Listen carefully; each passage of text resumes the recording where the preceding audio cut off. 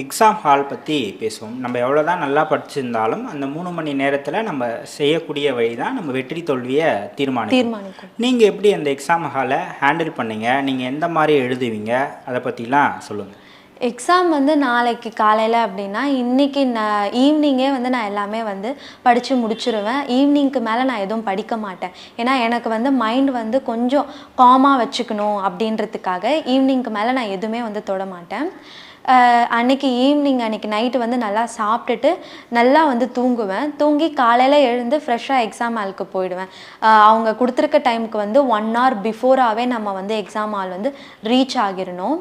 Exam ஹாலுக்கு போகும்போது அங்கே போயிட்டு எடுத்ததுமே வந்து கொஷின் பேப்பர் பார்க்காம ஃபஸ்ட்டு ஒரு 5 minutes நம்ம வந்து நம்மளை வந்து காம் பண்ணிக்கணும். நம்ம எந்த ஒரு டிஸ்ட்ராக்ஷனும் இல்லாமல் எதுவுமே பண்ணாமல் நம்ம வந்து காமாக யோசிச்சுட்டு அதுக்கப்புறமா நம்ம வந்து தெளிவாக ஒரு கொஷினுமே வந்து நம்ம 2 டைம் ரீட் பண்ணணும்.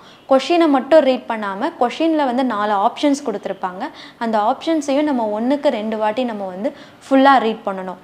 இப்போ நம்ம தமிழில் படிச்சுட்டு போயிருக்கோம் அப்படின்னா தமிழில் மட்டுமே கொஷின்ஸ் வந்து ரீட் பண்ணாமல் இங்கிலீஷில் கொடுத்துருக்க கொஷின்ஸையும் நம்ம ரீட் பண்ணணும்.